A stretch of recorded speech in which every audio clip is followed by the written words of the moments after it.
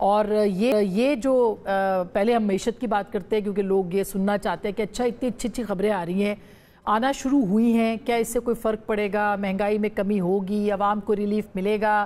آپ عوام سے جڑے ہیں اس وقت بھی، کیا آپ کیا کہتے ہیں اس بارے میں؟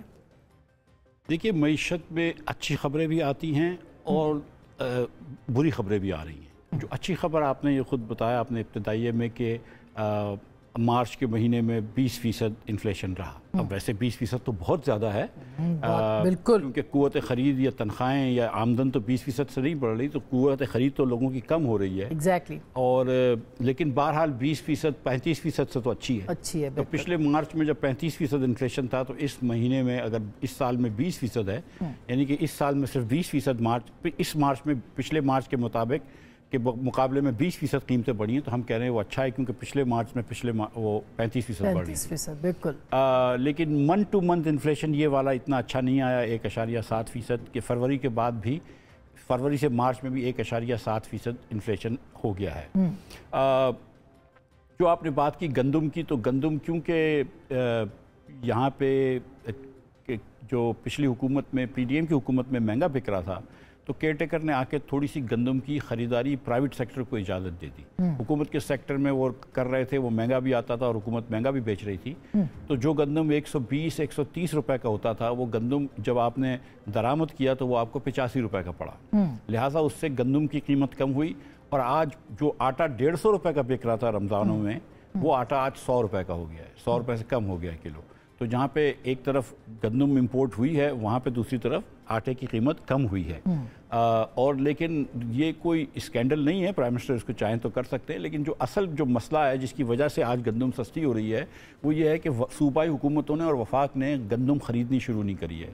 وہ ہر سال گندم خریدتے ہیں، لیکن اس بار وہ گندم نہیں خرید رہے، اور کیونکہ وہ گندم نہیں خرید رہے تو کسانوں کو مجبوراً آڑھتیوں کو ان کو بیچنا پڑتا ہے، اور وہ جو ہے وہ سستے داموں بیچ رہے ہیں۔ تو اس وقت 80 روپے کلو بھی گندم کے نہیں مل رہے کسان کو نیٹ کیش، اور درمیان میں پھر درمیان کے لوگ کچھ پیسہ رکھتے ہیں اور پھر وہ مارکیٹ تک جاتے ہیں، آڑتی رکھتے ہیں۔ جی، تو یہ اسکینڈل اگر پرائم منسٹر کو دیکھنا ہے تو پرائم منسٹر صاحب کو چاہیے کہ اپنی صوبائی حکومتوں کو اور وفاق کی حکومت کو کہیں کہ وہ گندم خریدنا شروع کر دیں۔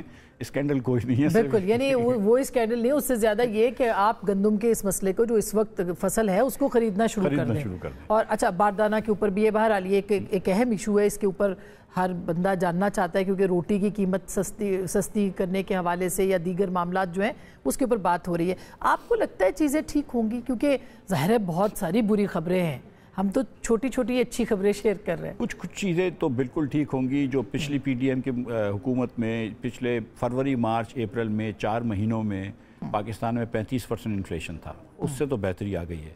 اس وقت ہم آئی ایم ایف کو، آپ جانتی ہیں کہ آئی ایم ایف نہیں کرنے کے لیے تیار تھے، آنکھیں دکھا رہے تھے۔ اب ہم یہ خدشہ ختم ہو گیا اور انشاءاللہ آئی ایم ایف سے پروگرام ہو جائے گا۔ جب آئی ایم ایف سے پروگرام ہوگا تو وہ پھر کچھ مشکلات تو آپ کے اوپر ڈالیں گے۔ اب یہ حکومت کے اندر مجھے نہیں لگتا کہ اتنا ویژن ہے کہ وہ مشکلات جو ہے وہ اشرافیہ کے اوپر ڈال سکیں۔ وہی اگر غریب عوام کے اوپر ڈالیں گے تو وہ زیادتی ہو جائے گی۔ لیکن کیا یہ بڑے زرعی زمین کے جو بڑی اراضی ہے اور جن کی بڑی اربوں میں تنخواہ وہ انکم ہوتی ہے، کیا ان کے اوپر ٹیکس لاگو کریں گے؟